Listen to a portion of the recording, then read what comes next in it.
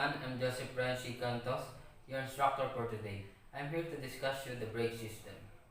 Brake, the device used to stop any vehicle by applying friction force, one of the most important control components of a vehicle. They are required to stop vehicle within smallest possible distance. Ang brake system, siya yung nagpapahinto at nagpapabagal ng ating sasakyan. Siya yung pinaka-importanting part ng sasakyan.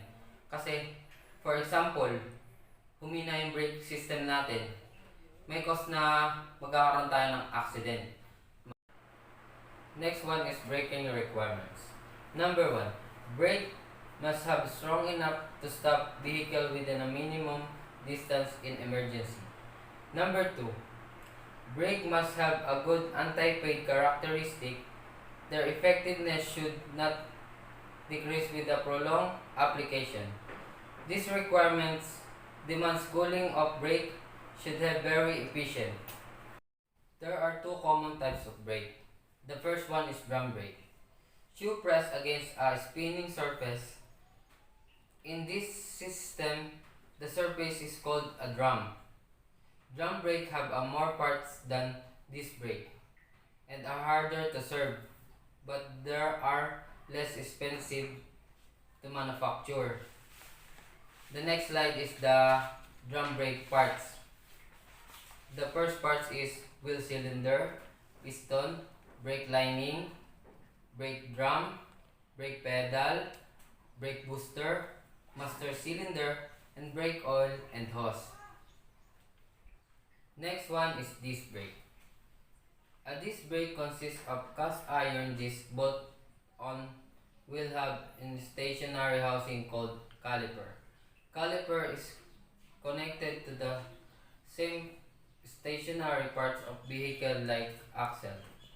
When brakes are applied, piston move friction parts into contact with disc, applying equal opposite force on disc. On releasing brake, the rubber sealing rings acts as return spring and retract piston and friction parts away from disc. Next one is part of disc brake. Wheel bearing, caliper assembly, disc pad, wheel stud, disc rotor. See the exploded view of a car wheel, and the parts involved.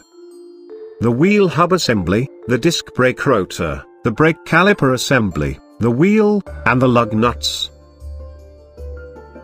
The wheel hub assembly holds the wheel and the disc rotor, and the bearing inside it allows their smooth rotation. The disc rotor is the part to which the brake pads squeeze against. This will create friction that retards the rotation of the wheel. The disc rotor produces a lot of heat due to this friction, and the drilled holes provides ventilation to remove this heat.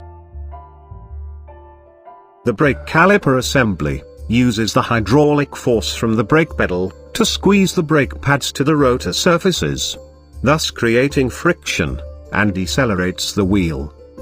The caliper assembly consists of the caliper bracket, slider pins, dust boots, inner brake pad, outer brake pad, caliper frame, and inside it, the piston.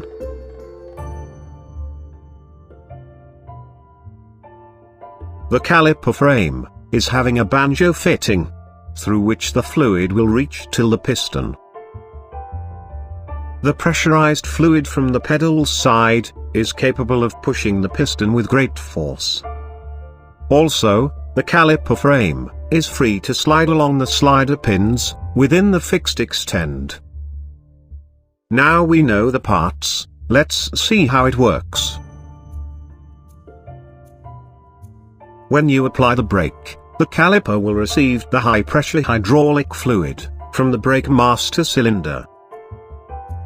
The fluid will push the piston, which makes the inner brake pad to squeeze against the disc rotor surface. As a result, the fluid's backward force will push the caliper frame along the slide pin, which makes the outer brake pad to squeeze against the other side of the disc rotor. Let's see one more time from the top view. The fluid pushes the piston, and the piston pushes the inner brake pad. Once the inner brake pad is pushed against the rotor, the fluid will push the caliper frame. The outer brake pad will now be pulled towards the other side of the disc rotor. This is how the disc brake system works on wheel side.